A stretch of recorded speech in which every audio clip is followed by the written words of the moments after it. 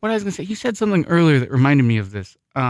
Voters are more interested in negative information about the opposite party than they are about positive information about their own party. Mm-hmm. They get fired up bagging on the other guy Mm-hmm.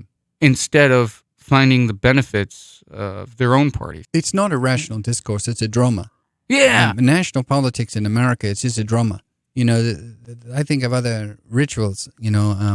I don't know anything about Spain, but there's this thing called the running of the bulls. I don't know if you know this. Yeah. I don't know anything about this, so I'm not. Ton of bulls coming. Well, the whole thing is I don't want to be insensitive if it's something I don't know about. Whatever that is, it is. But what I see, democracy generally, and in America, it's kind of this. It's not. It seems a little bit like that. It's a food fight. It's drama. It's you're doing this water cooler stuff, and this started with Gary Hart. Gary Hart had this affair, and people were like, "You're having an affair," and he's like, "Look, that's private.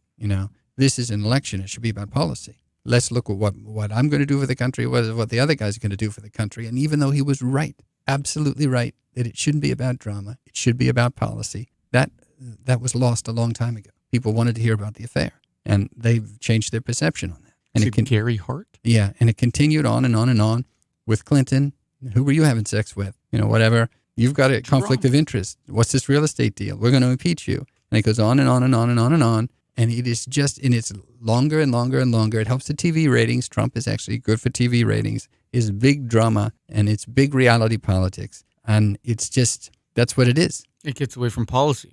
It's not a policy debate. Yeah. This is one of the things that drives me insane. I would rather see a quiet democracy. I would rather see policy, boring, all about vegetables with half the people voting than we vote now. No fire drill. And that's okay as long as that sample is representative, is like statistics. You have the representative people of the body voting. Who are those representative people? People who are just paying attention to policy and who vote just on that. I think we'd have a better democracy. But that's not what we have, and that's not the view anyone else has. We'd still have a fewer number of people voting, I suppose. But at least these would be people that educate themselves on the policy, that actually care about the stuff on paper, I should say. Yeah, we wouldn't say, one thing I want to be clarifying that view, it's not that it would be the educated people voting. The argument is this, like, how New Hampshire and Iowa perform a vetting function for the rest of us? So, like, let's assume we had a hypothetical state where there was a representative set of people, so that someone like myself was over in Iowa or New Hampshire, and they were doing the work, vetting,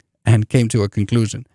Presumably, if I was over there doing the same exact thing, duplicating it, I would reach the same conclusion as someone like me over there doing that. So the concept is a representative sample. And so if you have a representative sample of people watching policy and voting on that, I think we'd be better off. But that's not what we have. What we have is drama politics. We have this reality politics, this fire drill, this itchiness, the sky is falling, these messages, you got to get out. This is the biggest election of your life. You're always going to hear that.